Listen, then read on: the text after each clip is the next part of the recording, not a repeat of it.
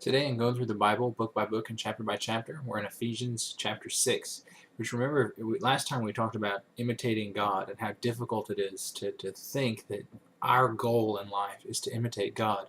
But He makes that possible through the information that He's given us and through the different gifts that He's provided us through the apostles and the prophets and all the other things that have been given to us to help us grow into what we ought to become. Well, in Ephesians 5, we're told to imitate God. In Ephesians chapter 6, he continues on talking about some of these different types of relationships and how we ought to be acting in them so that we glorify God in what we do. He starts off by saying, "Children, obey your parents in the Lord, because this is right. Honor father and mother, which is the first commandment with a promise, that it may go well with you, and that you may have a long life in the land." Now, this is important. If you are a child and you have a parent, your instruction from the Lord is to honor your mother and father. And that's more than just always saying nice things about mom and dad. It means to support them, to take care of them, to provide for them if necessary. They're the ones who brought you into the world. They're the ones who instructed you in the way that which you ought to be walking.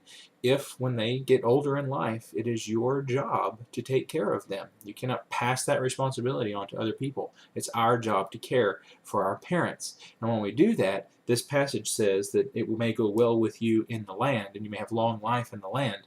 Well, that promise is specifically to the children of Israel regarding the promised land. But we too have a land that we are hoping for, a heavenly land, a better place, a better nation. And if we follow these commandments, if we follow this imitation of God and loving others, and in this particular instance, loving our mother and father, then it will go well with us as we enter into that land. But that's not where he finishes. He goes on to say, "And fathers, don't stir up anger in your children, but bring them up in the training and the instruction of the Lord." Whose job is it to teach children? It's the father's job. Fathers cannot pass this responsibility on to the mothers. The fathers cannot pass this responsibility on to shepherds, bishops, pastors. They cannot pass this responsibility on to preachers or evangelists, to Bible class teachers, to any other person in the entire world.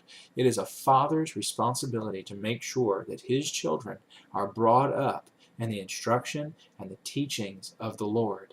This means that anything else, a Bible class, is not intended to fulfill this commandment. It is a supplement to the Father's commandment to teach his children.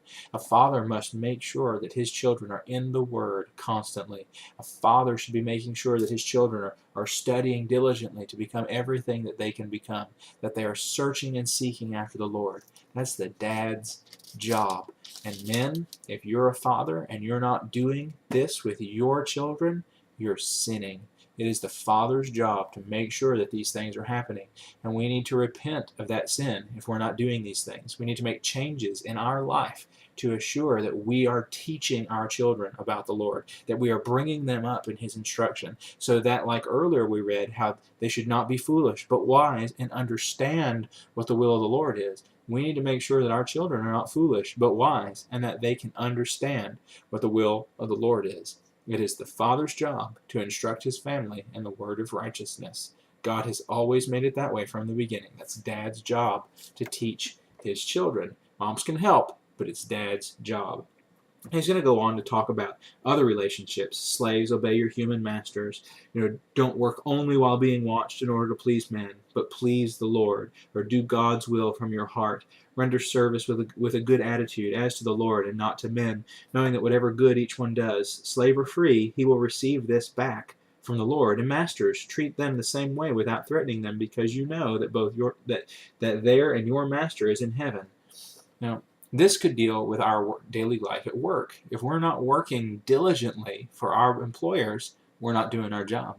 We need to work as though our employer were the Lord. How would you work if Jesus was with you at the office? How would you work if Jesus was with you when you're out on a service call? Would you take your time? Would you work quickly? Would you do your best? Would you slack off? We need to work as though Jesus is with us each and every day, diligently for the Lord, showing Him how much we love Him through our service and through our actions.